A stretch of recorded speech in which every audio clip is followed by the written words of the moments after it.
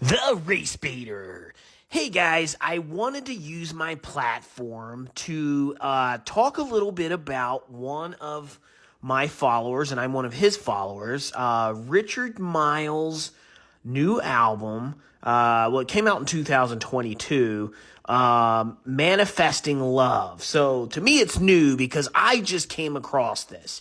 And I have to tell you, I'm only about half in through the 27-track album, but I'm extremely impressed because this is an artist that's not on a major label. He's not signed by a major label. He's putting out his music independently. And I think what's best about this is anyone who grew up in the 80s and 90s will really feel at home with this album.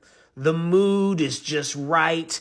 The feeling, honestly, I know I'm going to get some criticism, but listening to some of the songs remind me of some of the early 90s Michael Jackson material. You know, just the vibe that it gives, right?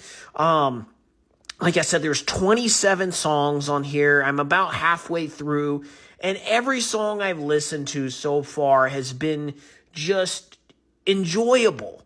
You know, I can drive to the music. I can do housework around the house listening to it. And honestly, if you're looking for something to maybe put on for your significant other that's, maybe you're a little older, you're in your 40s, 50s, your kids are away at college, and you want to spice up the mood a little bit, light some candles, turn on Waves of Seduction, or Yearning to Be With You. Just two songs that kind of give that vibe, right? I'm telling you, I don't use my platform for this much. And, when I saw Richard's album, I told him I purchased it, and he said, hey, would you be willing to give a review on it? And I said, absolutely.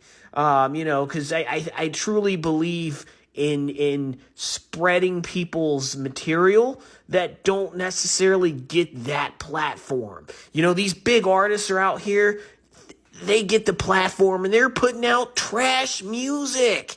Trash music all the time. And you got people like this here, Richard Myles, who's put together an album that to me is just a great album, something that I can listen to no matter what mood I'm in. Just so seductive to me. It's one of those albums that I will probably play 10 years from now when I'm just out and about. It's not going to remind me of the year 2023 or, anything like that. It's an album to me that lives through the time. And like I said, if you are an 80s or 90s kid and you remember growing up with some of the vibes of the music, then you will get a little nostalgia from listening to this album. Now, me being halfway through, I'm probably going to try to listen to the rest of this album this week in between work and all the other things that I got to do. But I'm very curious to see if he's got more material that he's going to put out soon. And, with independent artists, it's hard to put out material because, you got to have the money to create, right? You got to have the money for production. So my suggestion is if you get the album, it's available on iTunes right now. It's called Manifesting Love by Richard Myles, electronic. Like I said, it came out in 2022, but to me, it's brand new because I just